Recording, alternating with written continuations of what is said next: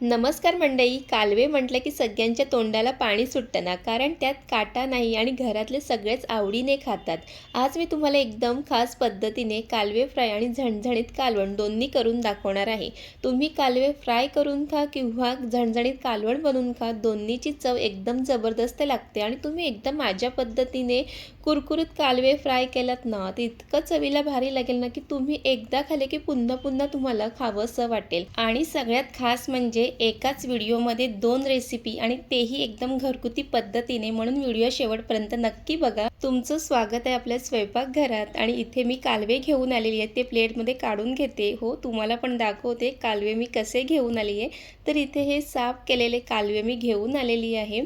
तर चला आता ह्याला स्वच्छसुद्धा धुवून घ्यायचं आणि हे कालवे तुम्ही फ्राय कालवण दोन्हीही करू शकतात आणि खूप छान लागतात चवीला. आणि बरेच दिवसापासून मला कालवे फ्राय खायची खूप इच्छा झाली होती, तर म्हटलं तुम्हाला कालवे फ्राय आणि कालवण दोन्ही करून दाखवते. तर इथे ना हे कालवे छान असं 4-5 वेळा स्वच्छ पाण्याने धुवून घ्यायचं आहे. तर इथे हे धुवून घेतलेलं आहे. त्यानंतर ह्यातलं अर्धे कालवे फ्राय करण्यासाठी वेगळे काढते आणि दुसरे कालवण्यासाठी वेगळं काढून घेते. आणि जे कालवे थोडेसे मोठे आहेत ते फ्राय करण्यासाठी साईडला काढून घेते. आणि इथे अशा पद्धतीने दोन्ही वेगवेगळे करून घेतलेले आहे. सर्वात आधी तर जे कालवे फ्राय करणार आहोत ते घेतलेले आहेत, हे फ्राय करण्यासाठी घेतलेले आहेत. तर इथे आलं, लसूण, मिरची याचं वाटण करून घेतलेलं आहे. त्यानंतर ते ह्यामध्ये टाकून घेणार. इथे मी खलबत्त्यामध्येच वाटण केलं आहे, तुम्हाला मिक्सरमध्ये करायचं असेल तर करू शकतात. त्यानंतर त्यामध्ये घरची मसाले टाकून घ्यायचे आहेत, जसे की मीठ, हळद, घरगुती मसाला, काश्मीरी मसाला.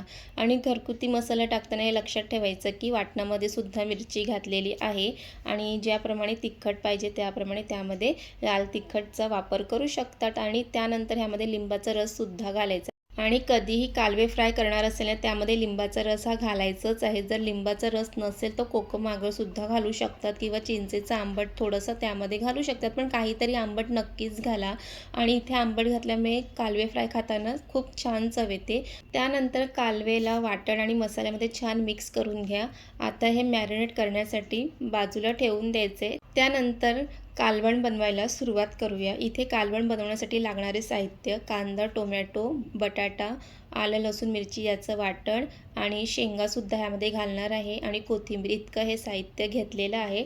आणि त्यासोबतच ह्यामध्ये आंबटसुद्धा घालणार आहे, म्हणून इथे चिंच आहे ती मी पाण्यामध्ये भिजवून ठेवलेली आहे. चिंच पाण्यात भिजून ठेवली की त्याचा रस छान निघतो. तिथे चिंचेचा रससुद्धा काढून घेतलेला आहे.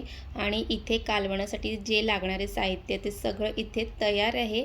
आता पटकन असं कालवण बनवायला घेऊया आणि हे कालवण खूप छान बनवून तयार होते. तर चला, इथे गॅसवरती कढई ठेवून घ्यायची आहे, त्यामध्ये तेल घालायचं आहे. आणि सर्वात आधी तर तेल गरम झालं की त्यामध्ये उभा चिरून घेतलेला कांदा ह्यामध्ये घालणार आहे आणि कांदासुद्धा छान परतून घ्यायचं आहे. आणि या कालवणामध्ये शक्यतो उभा चिरून कांदा घाला, बारीक चिरून कांदा नका घालू. इथे कांदा थोडंसं परतून झालं की त्यामध्ये आलं, लसूण, मिरची याचं भरपूर असं वाटण घालायचं आहे. आणि ह्यामध्ये 2 मिरचीसुद्धा मी उभी चिरून असं टाकलेली आहे. आणि हे सर्व छान असं परतून घ्यायचं आहे आणि हे सर्व तुम्हाला मंद आचेवरतीच परतून घ्यायचं आहे. आणि इथे वाटणसुद्धा छान परतून झालं की त्यामध्ये चवीप्रमाणे मीठ, हळद, घरगुती मसाला, काश्मीरी मसाला हे सर्व टाकून घ्यायचं आहे. आणि सर्व मसालेसुद्धा छान परतून घ्यायचे आहे. मसाले छान परतून झाले की त्यानंतर त्यामध्ये शेवग्याच्या शेंगा, बटाटा, टोमॅटो आणि त्यासोबतच जे स्वच्छ करून घेतलेले कालवे आहेत ते सुद्धा त्यामध्ये टाकून घ्यायचं आहे. जर तुम्हाला ह्यामध्ये शेवग्याच्या शेंगा, बटाटा नाही घालायचं असेल तर नाही घातलं तरी चालेल, पण बटाटा, शेवग्याच्या शेंगा आणि ह्यामध्ये वांगंसुद्धा घालतात, वांगंसुद्धा तुम्ही घालू शकतात. पण एकदा तुम्ही नक्कीच बटाटा, शेवग्याच्या शेंगा आणि वांगं हे घालून हे कालवण एकदा नक्की करून बघा, खूप चवीला छान लागते. त्यानंतर हे सर्व टाकून झाल्यानंतर मसाल्यामध्ये छान मिक्स करून घ्यायचं आहे आणि झाकण झाकून एक 2-3 मिनिटाची छान वाफ काढून घ्यायची आहे. परत एकदा ते व्यवस्थित मिक्स करून घ्यायचं आहे. आणि त्यानंतर मग चिंचेचा आंबट आहे तो त्यामध्ये घालायचा आहे. आता तुम्हाला कालवण जितका आंबट पाहिजे त्याप्रमाणे तुम्ही त्यामध्ये चिंचेचा रस घालू शकतात. आणि ह्यामध्ये टोमॅटोसुद्धा घातलं हे सुद्धा लक्षात ठेवायचं आहे. आणि इथे चिंचेचा आंबट घातल्यानंतर त्यामध्ये थोडंसं मी पाणीसुद्धा घालणार आहे, जितकं कालवणामध्ये रस्सा पाहिजे त्याप्रमाणे. आणि त्यानंतर झाकण झाकून एक 5-7 मिनिटासाठी छान ही भाजी शिजवून द्यायची आहे मंद आचेवरती. एकीकडे कालवण होईपर्यंत दुसरीकडे कालवेसुद्धा फ्राय करायला घेऊया. कालवे कुरकुरीत फ्राय होण्यासाठी इथे तांदळाचं पीठ आणि त्यासोबतच थोडंसं ह्यामध्ये रवा घातलेला आहे. हे सर्व छान मिक्स करून घ्यायचं आहे. त्यानंतर ह्यामध्ये मीठ, हळद आणि थोडंसं काश्मीरी मसाला ह्यामध्ये घालणार आहे. आणि मीठ घालताना लक्षात ठेवायचं आहे की आधीसुद्धा कालवेमध्ये मीठ घातलेलं आहे. हे सर्व छान मिक्स करून घ्यायचं आहे. आणि कालव्याला मसाले वाटण लावून ठेवले होते, त्यालासुद्धा 10 मिनटं झालेले, छान मॅरिनेट करून झालेले.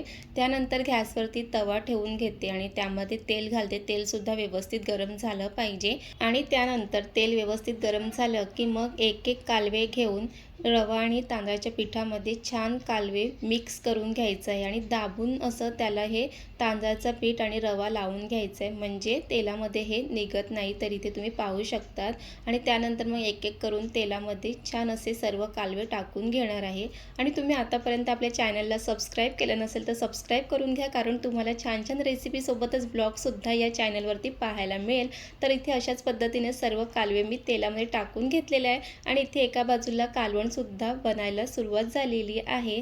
आणि इथे तुम्ही पाहू शकतात की कालव्याला किती छान असं तांदळाचं पीठ लावलेलं आहे आणि तेलामध्ये ते कुठंच निघणार नाही आहे, कारण ते असं दाबून लावायचं आहे.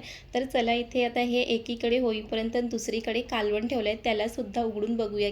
आणि इथे 5 मिनटं झालेली आहे. तर चला इथे आता उघडून बघूया की कालवणाला छान अशी उकळ आलेली आहे की नाही. आणि इथे पाहू शकतात की कालवणाला खूप छान अशी उकळ आलेली आहे. त्यानंतर परत एकदा मिक्स करून घ्यायचं आहे आणि ह्यामध्ये जो बटाटा घातलेला आहे तो शिजलेला आहे की नाही व्यवस्थित तो बघून घेऊया. तर इथे बटाटा व्यवस्थित शिजलेला नाही आहे, म्हणून त्यामध्ये मी थोडंसं अजून पाणी घातलेलं आहे आणि परत एकदा मिक्स करून झाकण झाकून एक 5 मिनटासाठी त्याला तसंच ठेवायचं आहे. आता दुसरीकडे जे कालवे फ्राय करायला ठेवले आहेत त्यालासुद्धा दुसऱ्या बाजूने पलटून घ्यायचं आहे. आणि खरंच सांगते, छान असे कुरकुरीत एका बाजूने झाले आहे, तुम्हाला दाखवते. आणि इथे तुम्ही पाहू शकतात की एका बाजूने कसे हे कालवे कुरकुरीत झालेले आहे. म्हणून कधीही कुरकुरीत कालवे फ्राय करणार असेल ना तर छान असं तांदळाचं पीठ आणि त्यामध्ये थोडंसं रवा घालायचं, म्हणजे कालवे फ्राय कुरकुरीत बनवून तयार होते. आता दुसऱ्या बाजूने पलटून घ्यायचं आहे आणि ते सुद्धा एक दुसऱ्या बाजूने छान फ्राय करून घ्यायचं आहे. आणि इथे दुसऱ्या बाजूने पण छान झालेले आहेत आणि इथे कालवे फ्राय बनवून तयार झालेले आहे. वरून भरपूर अशी हिरवी कोथिंबीर घालायची आहे. आणि इथे तुम्ही पाहू शकतात की छान असं तोंडाला पाणी सुटलं हे कुरकुरीत कालवे फ्राय बघून. आणि खरंच सांगते, मला तर ना कुरकुरीत कालवे फ्राय खायला खूप जास्त आवडतात. आणि अशा पद्धतीने जर कुरकुरीत कालवे फ्राय केले असतील ना तर तुम्ही एकाच वेळेला हे सगळे कालवे फ्राय खाऊन टाकतील, इतकं हे चवीला भारी लागतं. आणि इथे 5 मिनटं झालेले आहे आणि इथे जो बटाटा आहे तो सुद्धा छान शिजलेला आहे. त्यानंतर ह्यामध्ये गरम मसाला घालणार आहे. गरम मसाला शेवटी घातला की या कालवणाला खूप छान चव येते. आणि हे छान मिक्स करून घ्यायचं आहे आणि परत 1 मिनटाची छान वाफ काढून घ्यायची आहे.